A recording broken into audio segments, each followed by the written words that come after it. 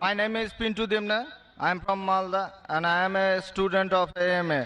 So I just want to know what is the difference between Kaaba and Kashi. Will you explain me as your kind?